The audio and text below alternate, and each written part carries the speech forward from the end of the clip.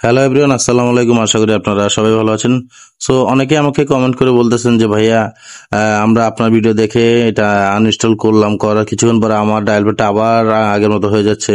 ঠিক আছে, মানে যে নতুন যে ইন্টারফেসটা ডায়াল প্যাডের সেটা চলে আসতেছে আর কি, পুরোনোটা আসতেছে না। সো আমরা এটা ঠিক করব কিভাবে?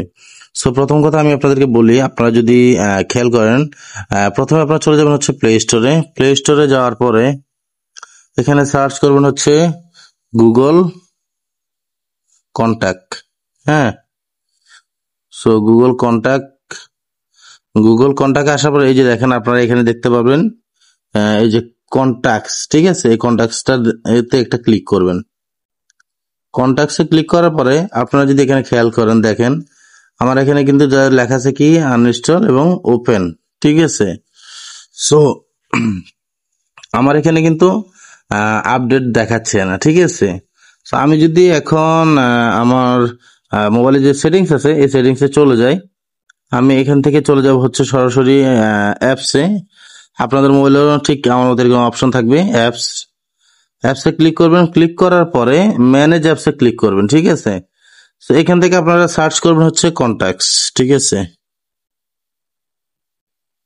কি সার্চ করবেন? কন্ট্যাক্টস। এই যে কন্ট্যাক্টস সার্চ করার পরে দেখেন, আপনারা যদি খেয়াল করেন এখানে দেখেন আমাকে কিন্তু আনইনস্টল আপডেটস এর অপশনটা দেখাচ্ছে এবং আমার এখানে ক্লিয়ার যে ডাটা এই অপশনটা দেখাচ্ছে। ঠিক আছে, আপনারা যারা এখনো নতুন ডায়াল প্যাডের ইন্টারফেস নিয়ে যারা সমস্যা ভুগছেন, তারা যে কাজটা করবেন, প্রথমত এই যে ক্লিয়ার যে ডাটা এখানে একটা ক্লিক করবেন। হ্যাঁ, ক্লিক করার পরে এখান থেকে আপনারা যে কাজটা করবেন, প্রথমত ক্লিয়ার ক্যাশ করে নেবেন।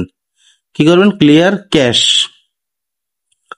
ঠিক আছে, আমি আবার করে দেখাই। ক্লিয়ার ক্যাশে দিলাম, দেওয়ার পরে ঠিক আছে, আপনারা এখান থেকে মনে করেন না এই যে আনইনস্টল যে আপডেটস আছে, ঠিক আছে, এখানে একটা ক্লিক করবেন। ঠিক আছে, আনইনস্টল আপডেটস।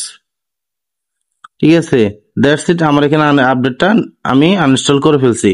দেন আমি যদি এখন আমার ফোনে যে অপশনটা রয়েছে এই যে কন্ট্যাক্টের, এখানে একটা ক্লিক করি, দেখেন আমার এখানে কিন্তু আমার যে ডায়াল প্যাডটা রয়েছে, ঠিক আছে, সেটা কিন্তু আগের যে ডায়াল প্যাড সেটাই আছে। ঠিক আছে, আমার এখানে কিন্তু কোনো সমস্যা হচ্ছে না।